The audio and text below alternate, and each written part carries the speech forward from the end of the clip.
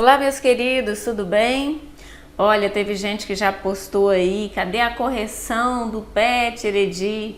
E eu com a correria danada, porque eu também retomo, né, junto a vocês nesse período de aula, mas eis que estamos aqui na semana 1 do PET volume 3 do segundo ano do ensino médio. Então, olha só, o tema, gente, desse PET não é um tema tão tranquilo, não. Por que que não é tão tranquilo? Porque modalização requer, além da percepção do aluno, a análise muito associada ao texto, à produção de inferência. E vocês vão ver que vai gerar alguns atritos, talvez, na correção dos professores. Mas eu vou pontuar aqui as correções e vou dar uma bagagem argumentativa para vocês defenderem as respostas que eu vou apresentar aqui, beleza?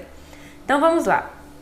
Aqui, ó, é importantíssimo vocês compreenderem isso, porque isso, gente, é matéria assim que desaba nos diversos vestibulares. Então, diz respeito à competência 4 do Enem, que trata lá dos operadores discursivos. Então, é muito fundamental compreender, não só acertar os exercícios aqui, mas compreender.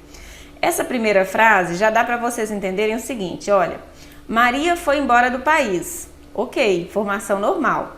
Agora, observem aqui, ó, infelizmente, Maria foi embora do país. Então, significa o quê? A pessoa que está falando, ela lamenta. Então, nós já entendemos que Maria, a saída de Maria para essa pessoa é pesarosa.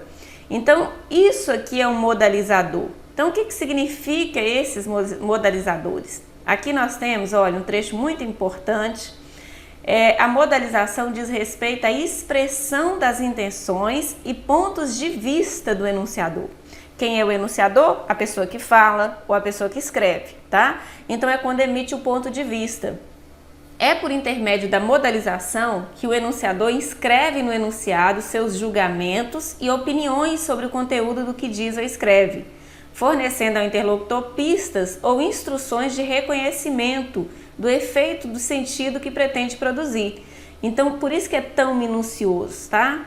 E aí, o que essa modalização vai utilizar? Os mecanismos discursivos, tá? Muitas vezes são as conjunções, o mas, o embora, enfim, né? Tem vários modalizadores aí. E apresentam função de manifestar o posicionamento, olha só, de quem fala ou escreve em relação àquilo que é dito ou escrito. Então, é o modo como alguém defende seu ponto de vista. Na segunda frase que analisamos, aquela que tem o infelizmente, tá? O posicionamento do enunciador em relação à ida de Maria para outro país é de tristeza. Então, nós percebemos isso. E aí, nós temos aqui, olha, alguns tipos de modalizadores. Os advérbios, talvez, felizmente, infelizmente, lamentavelmente. Os verbos no imperativo, os verbos auxiliares. Verbos no imperativo são aqueles que indicam ordem, pedido, conselho, tá? Os auxiliares são aqueles que vêm, por exemplo, vou jantar. Tá vendo? Nós temos dois verbos. O primeiro, vou, é um verbo auxiliar, tá? As expressões como é certo, é preciso. Olha, é certo que vocês vão se dar bem na prova de língua portuguesa. Então, eu já estou colocando aí uma afirmação, é um modalizador. E o mais importante é reconhecer, né? Mas essa classificação aqui que vai ser tema dos exercícios de vocês. Vocês precisam compreender. Olha, asseverativo é uma assertiva. Por que eu estou falando assertiva? Olha, já vem assim de uma coisa certa, tá? Aqui são os modalizadores que conferem certeza a um discurso, podendo ser afirmativos ou negativos. Você tanto pode afirmar, dar certeza de algo afirmando ou dar certeza de algo negando. Como assim, Heredi? Olha só, eu posso dizer, eu vou fazer a prova. É um asseverativo, estou afirmando. E eu posso dizer, eu não vou fazer a prova. Também é asseverativo, eu estou confirmando que eu não vou. Então, eles podem ser afirmativos ou negativos. Dubitáveis, tá vendo? Já vem de dúvida. São aqueles que colocam o discurso em dúvida. Talvez eu faça a prova, possivelmente, é provável, tá?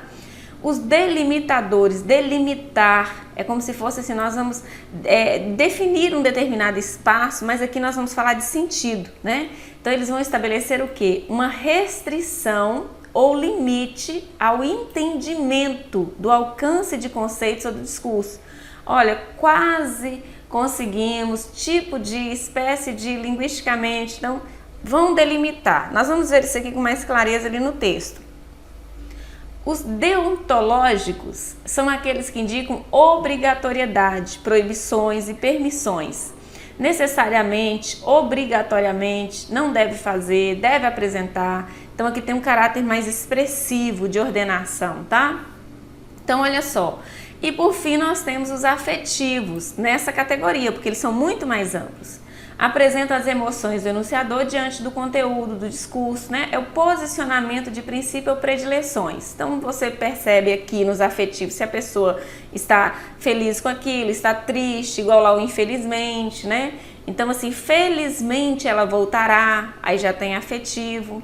Então vamos às questões aqui. Aqui tem, né, o enunciador, o que é o enunciatário, interessante vocês lerem. Essa questão de número 1, ela traz assim: analise o texto abaixo e classifique os modalizadores destacados usando o seguinte código sobre efeitos de sentidos pretendidos pelo autor. Então tem lá, né, asseverativos e tal. Eu vou falar em nomes e vocês classifiquem aí, mas eu quero muito que vocês prestem atenção na explicação, tá?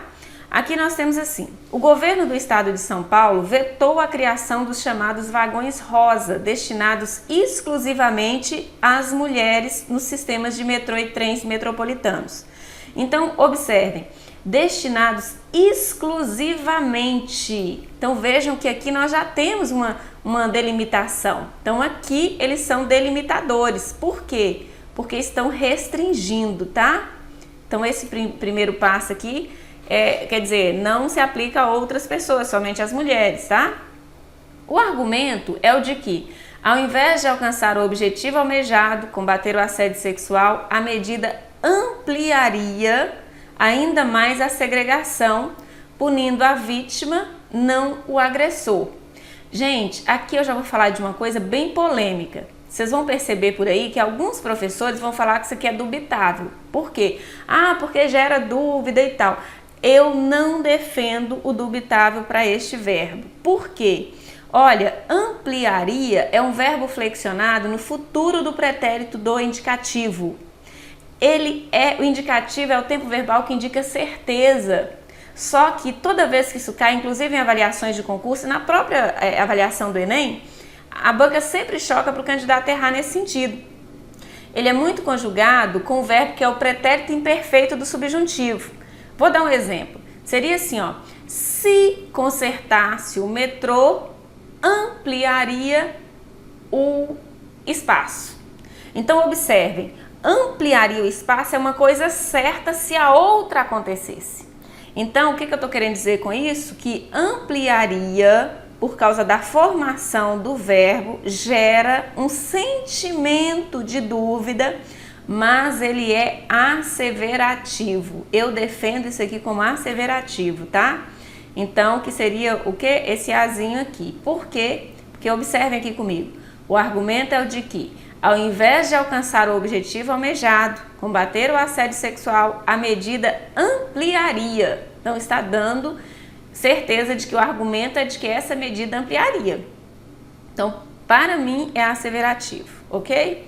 Ainda mais a segregação, punindo a vítima, não o agressor. Segundo esse raciocínio, ações como esta não ajudam em nada. Então, aqui para mim é asseverativo negativo, tá?